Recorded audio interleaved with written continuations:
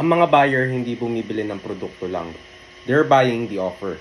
And this is how to sell a pen in 3 different ways and offer. 1. Solution-based selling. Ibenta mo ang problem na nasusolve ng product mo. Because people buy a relief from a problem. Ganto kasi yan. Pagod ka na ba sa ballpen na hindi dire-diretso ang sulat? At bigla na lang tumitigil ang tinta kapag nagsusulat ka? Mr. Customer, I have a pen. This pen writes smoothly until the very last drop.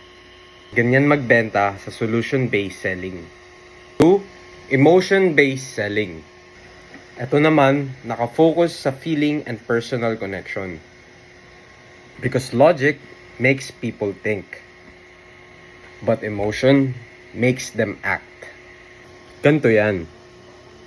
This is a very special pen. Ito kasi yung unang ginamit ko nung unang nagsulat ako ng libro. And it changed my life. This works because people don't just buy the product. Okay? They buy the feelings that is attached to the product. That's why it works. 3. Identity-based selling.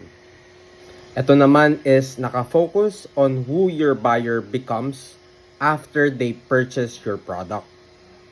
Because people buy things that reflects their identity. Ganito yan. This pen, this is not for everybody. It's for people who takes their ideas, work, and goal seriously. So your buyers think, that's the kind of person I wanna be. So yun, bibili na siya sa'yo.